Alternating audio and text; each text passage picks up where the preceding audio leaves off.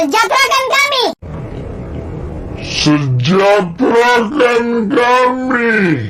Selamat pagi, tetap semangat, salam sehat, jaga jarak, berolahragalah yang teratur, makan yang baik. Pada satu waktu, Mata Najwa sempat mewawancarai mantan menteri yang bernama Andi Malaranggeng. Mata Najwa sempat bertanya, Pak Andi, menurut asumsi masyarakat pada umumnya politik itu kotor, sehingga sebaiknya orang-orang baik jangan masuk politik. Dan itulah sebuah pemahaman yang keliru di tengah masyarakat. Mengapa itu bisa terjadi? Karena mungkin ada perilaku segelintir politikus yang telah menciderai arti dan tujuan politik itu sendiri. Andi Malaranggeng menjawabnya, sebenarnya sebaliknya seperti itu. Orang baik justru harus masuk politik untuk memperbaiki sesuatu yang telah kotor dan rusak. Dan saya setuju dengan pendapat itu. Sebab ilmu politik adalah ilmu tertua, sama tuanya dengan manusia ada di muka bumi. Para ahli bersepakat mengatakan bahwa ilmu politik itu adalah ilmu sosial, berasal dari ilmu sosial. Sehingga sejak manusia ada di bumi ini, ilmu sosial, ilmu politik itu sudah ada tanpa disadari. Karena itu, ilmu politik merupakan bagian integral dari ilmu sosial. Dari ilmu sosial itulah berkembang turunan ilmu-ilmu lain, ilmu antropologi, psikologi, dan semua cabang ilmu yang berkenaan dengan kehidupan manusia atau eksistensi manusia. Nah, pertanyaannya apa sebenarnya ilmu politik itu sendiri? Ilmu politik secara sederhana adalah ilmu yang mempelajari tata kelola sumber daya, pemanfaatannya, dan yang paling penting adalah pendistribusiannya bagi masyarakat. Jadi ilmu politik yang menjadi tujuan utama adalah kemaslahatan masyarakat, kemaslahatan orang banyak. Itu yang menjadi esensi daripada tujuan ilmu politik itu sendiri. Saya memberikan contoh, sama seperti Valentino Rossi, pembalap legendaris dunia. Semua orang tahu, dialah pembalap tersohor. Ketika kita mengadakan sebuah pertandingan, ini sebagai ilustrasi saja, kita adu Valentino Rossi dengan sopir bajai. Tetapi Valentino Rossi yang mengendarai bajai, tapi sopir bajai yang mengendarai motor daripada Valentino Rossi. Menurut Anda siapa yang akan menjadi pemenang dalam pertandingan itu? Ya, kita sudah bisa tebak. Jelas adalah sopir bajai.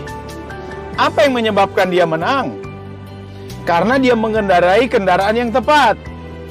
Ilmu politik adalah kendaraan, adalah kekuasaan yang diberikan melalui voting, elektabilitas, suara rakyat berdasarkan demokrasi, demokratein. Artinya, kekuasaan bersumber dari rakyat, oleh rakyat, dan untuk rakyat. Kebanyakan kita salah kaprah. Ketika kita mengatakan politik, asumsi kita langsung kepada tim sukses, relawan, posko kemenangan, suara, dan sebagainya, sehingga kita memperluas dengan money politik, black campaign. Kita tidak dapat pungkiri, itu bagian dari kehidupan politik karena berhubungan dengan masyarakat. Tapi sesungguhnya, politik bukan hanya sesederhana itu. Politik bukan senegatif itu. Mari kita kembalikan persepsi politik yang sebenarnya, arti dan tujuan politik yang sebenarnya. Kita tidak dapat pungkiri, karena memang kita harus merebut suara. Tetapi marilah, ketika kita bersama-sama mengerti tujuan politik itu sendiri, maka kita akan menggunakan kendaraan politik ini dengan baik. Dapatkah Anda bayangkan? Ketika orang hanya bisa duduk di atas motor Valentino Rossi, lalu mengatakan diri sebagai seorang pembalap? Wow, saya meragukan. Tanpa kita sadari, banyak orang mengatakan saya pejabat politik, saya adalah seorang politikus. Tetapi sebenarnya kita tidak mengerti tentang instrumen politik. Kita hanya bisa duduk di atas sadel politik. Dan ini sangat memalukan sekali. Sehingga karena ketidakmengertian kita dengan arti politik yang sesungguhnya, maka bagi kita, sebagian orang awam dengan politik, atau bahkan pejabat politik, menggunakan kendaraan politik sebagai sebuah kesempatan, atau dengan istilah kerennya, aji mumpung. Dan inilah yang mencederai arti politik itu sendiri. Karena kita menggunakan politik sebagai kekuasaan, ya memang benar. Dalam dunia politik Anda diberikan hak dan kekuasaan. Tetapi penyalahgunaan kekuasaan ini tidak sesuai dengan tujuan politik itu sendiri adalah hal yang sangat mengecewakan tentunya. Memalukan kalau kita bisa katakan seperti gitu. Kendaraan Valentino Rossi itu tepatnya hanya digunakan pada race, alur pertandingan di medan balap. Tetapi akan betapa menggelikannya kalau Anda melihat motor balap Valentino Rossi dipakai jual ikan. Ya, semua orang pasti tertawa. Demikian juga dengan kendaraan politik, kekuasaan politik, jabatan politik yang Anda gunakan, yang kita pegang, yang masyarakat percayakan kepada kita sebagai pejabat politik, kita gunakan untuk tujuan yang salah adalah sesuatu yang sangat memalukan, sesuatu yang sangat lucu. Sehingga fakta telah membuktikan di bangsa kita, KPK banyak menangkap justru para politikus. Kenapa? Apakah politik itu salah? Tidak, bro. Politik tidak salah. Tetapi orang yang duduk di atas sadel politik, yang menggunakan kendaraan politik itu dengan tidak tepat.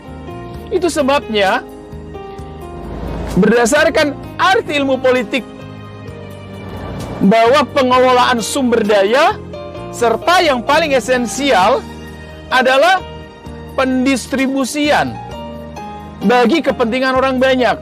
Itu sebabnya politik akan turun tangan ketika sumber daya dikuasai oleh sekelompok orang tertentu atau dikuasai oleh orang tertentu yang dinamakan kapitalis. Di sanalah kekuasaan politik hadir untuk mengambil alih, menata kelola bagi kepentingan orang banyak. Karena itu, mereka yang terpilih secara elektabilitas melalui voting pemungutan suara adalah kepala daerah, presiden, dan anggota legislatif. Jabatan mereka itu per periode. Seperti yang kita ketahui, 5 tahun, lalu dipilih lagi. Kenapa mereka beda dengan ASN, pejabat menetap? Karena pejabat politik diberikan kekuasaan melalui suara rakyat untuk kepentingan rakyat, kepentingan orang banyak. Karena itu sebagai pejabat politik yang dipercayai dipilih oleh rakyat dari rakyat untuk rakyat, seharusnya memikul tanggung jawab penuh. Suara rakyat, suara Tuhan. Vox Populi, Vox Dei. Suara rakyat adalah suara Tuhan. Artinya, suara rakyat harus dihargai sebagai penyampaian mandat ilahi. Kepada pejabat publik yang diberikan suara rakyat, seharusnya tanggung jawab ilahi dipertanggungjawabkan kepada Tuhan selaku penyampai suara itu melalui rakyat.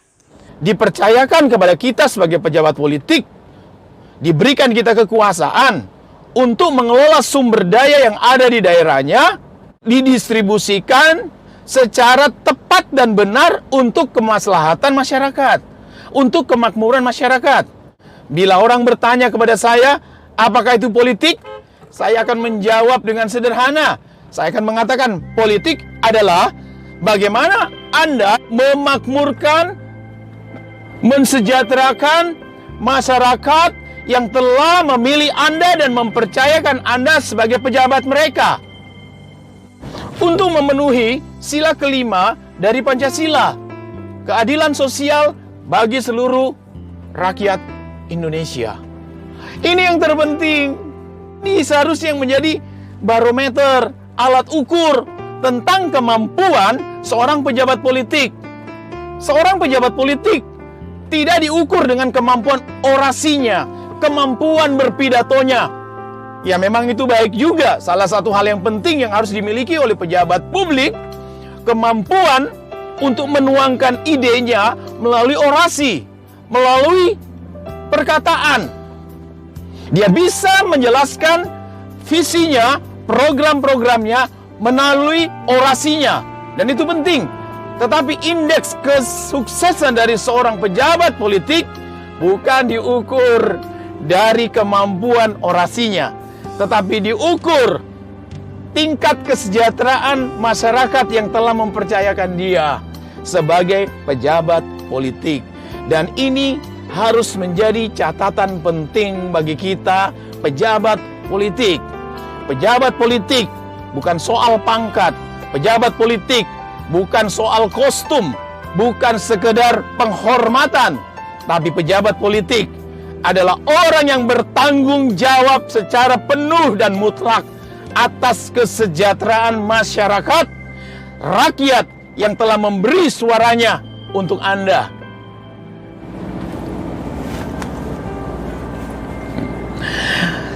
Tak berapa lama lagi kita akan masuk dalam proses pilkada pemilihan kepala daerah. Dalam proses pilkada, ada 3 poin penting yang sangat utama yang harus diketahui oleh masyarakat.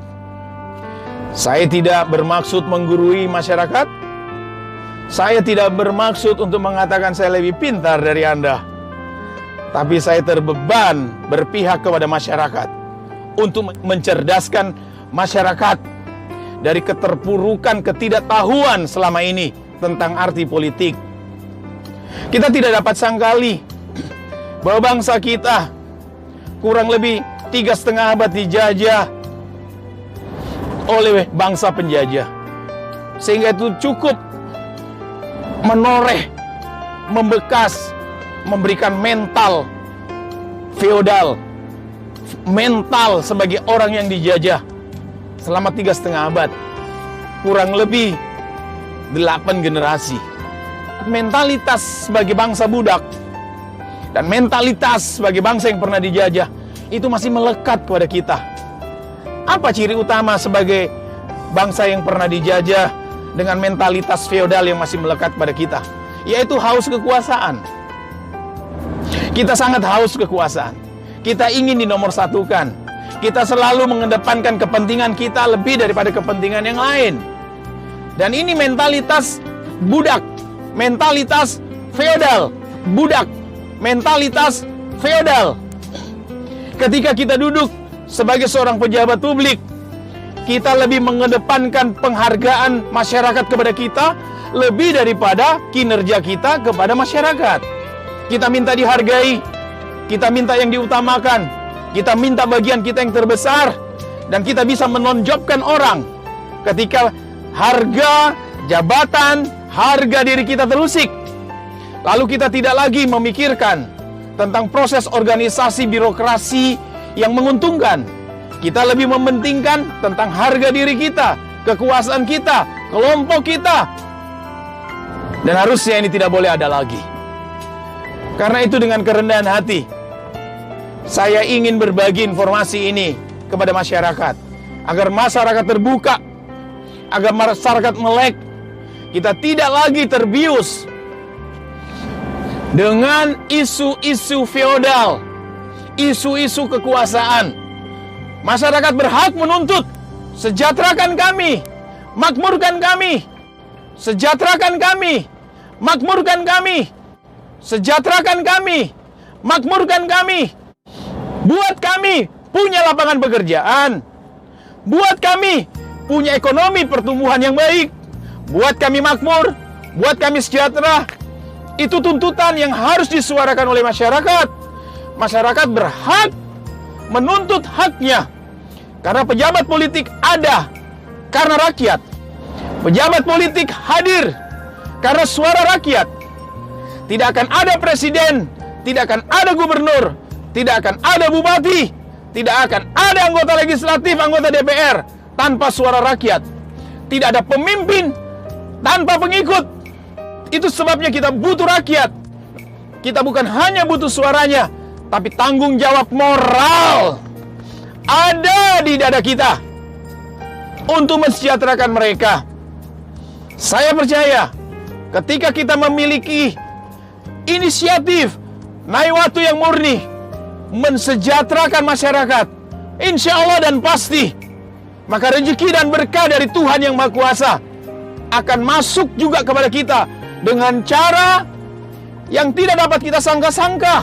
Tidak perlu korupsi, tidak perlu potong proyek sana sini minta fee, tidak perlu minta dari kadis-kadis untuk menyetor setoran-setoran bulanan. Tidak perlu. Karena sebaik-baiknya manusia adalah manusia yang bermanfaat bagi sesamanya. Sebagai pejabat politik, kita punya periode. Semaksimal mungkin hanya 2 periode dan 1 periode hanya 5 tahun. Setelah itu kita akan kembali menjadi masyarakat biasa. Mari kita renungkan.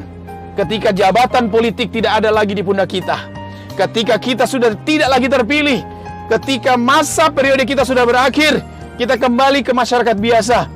Ingat baik-baik, kita mau menoreh ukiran nama yang baik, prestasi yang baik, supaya masyarakat masih kenang kepada kita. Keturunan kita pun akan dikenang oleh masyarakat, karena kita pernah melakukan yang terbaik untuk masyarakat, di mana masyarakat yang telah memilih kita. Itu sebabnya tidak berapa lama lagi kita akan segera masuk pesta demokrasi pilkada secara serentak. Di sana ada 3 poin penting dalam pilkada agar kita masyarakat tahu hal itu. Yang pertama, tentang kesejahteraan daerah, kesejahteraan kabupaten, di mana masyarakat itu berada. Kita harus memikirkan, mengedepankan, apakah daerahku ini akan lebih maju dari periode-periode sebelumnya. Itu yang merupakan poin utama pemikiran para tim sukses seharusnya. Itu yang harus menjadi pemikiran utama di masyarakat. Kedepankan itu kepentingan daerah kita. Apakah daerahku nanti akan lebih maju dari sebelumnya atau tidak? Apakah daerahku nanti akan lebih maju dari sebelumnya atau tidak? Apakah provinsiku, kabupatenku akan lebih baik dari sebelumnya atau tidak? Itu harus menjadi urutan pertama sebelum kita memilih. Dan yang kedua, lihat program-program dari kandidat. Apakah program-programnya ini menjawab kebutuhan esensial, kebutuhan pokok, kebutuhan mendasar dari masyarakat itu?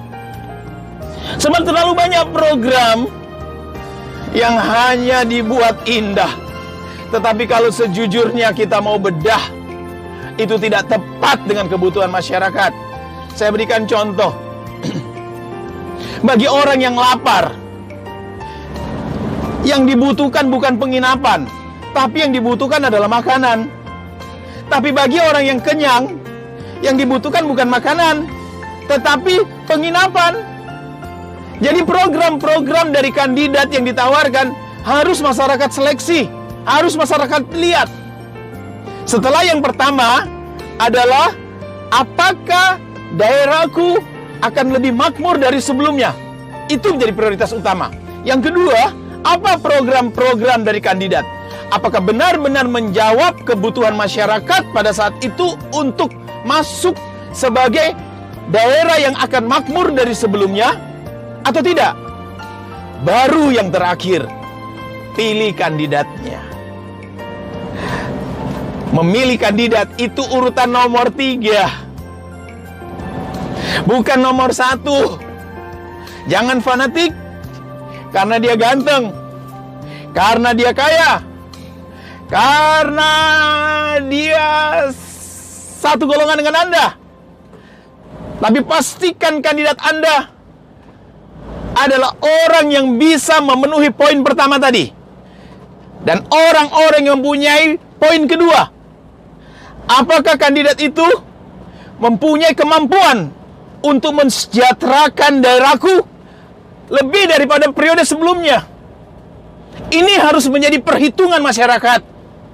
Karena ingat, pejabat politik itu diberikan tanggung jawab untuk mensejahterakan daerah yang dia pimpinnya, memakmurkan masyarakat yang dipimpinnya, bukan mengambil kesempatan aji mumpung untuk memperkaya diri, memperkaya keluarga, dan setelah masa jabatan usai, masyarakat ditinggalkan, dialah menikmati kekayaan dari daerah itu. Pilih kandidat yang mempunyai program-program jitu. Pilih kandidat yang mempunyai program-program jitu. Program-program cerdas. Program-program yang berdasarkan hati nurani. Program-program yang benar-benar 100% mengedepankan kepentingan rakyat. Dengan 3 poin utama ini, kiranya ini bisa menjadi alat ukur bagi kita untuk memilih, memberikan suara pada proses pilkada serentak pada bulan 12 tanggal 9 tahun 2020. 3 poin penting. Yang pertama, tanyakan kepada diri Anda, kepada masyarakat, teman-teman Anda, keluarga Anda. Apakah kabupaten ini, provinsi ini, daerahku ini akan lebih maju dari sebelumnya? Masyarakat harus mendambakan kabupatennya, provinsinya, daerahnya harus lebih maju dari periode-periode sebelumnya. Pilih kandidat yang Anda percaya menjadikan daerah kita lebih makmur dari sebelumnya. Dan pilih kandidat yang memiliki program-program yang cerdas, program-program jangka panjang, jangka menengah, yang benar-benar menjadikan kesejahteraan dan kemakmuran masyarakat menjadi fokus utamanya. Dan saya percaya bahwa daerah kita, khususnya Kabupaten Morowali Utara, tidak akan pernah salah pilih. Kabupaten Morowali Utara, masyarakatnya cerdas dan makmur. Mari kita jadikan Morowali Utara sebagai kabupaten yang unggul, makmur, mandiri, aman dan terbuka, sehingga menjadi kabupaten percontohan di Indonesia. Jangan pesimis. Orang mungkin berkata, mana mungkin Kabupaten Morowali Utara bisa menjadi percontohan di Indonesia? Sangat mungkin 1000%. Kenapa? Kita punya sumber daya alam yang sangat melimpah. Kita mempunyai luas wilayah yang cukup mumpuni. Bahkan semua hasil-hasil tambang kita dari sebelumnya sudah bernilai ekspor, sehingga pantas kita katakan Kabupaten Morowali Utara harus go internasional, harus menjadi kabupaten terdepan, kabupaten percontohan. Bisa kalau kita mau, bisa kalau kita sepakat. Masyarakat cerdas, masyarakat makmur untuk Morowali Utara yang lebih baik. Salam sukses dari saya, Victor Valirante, untuk kita semua.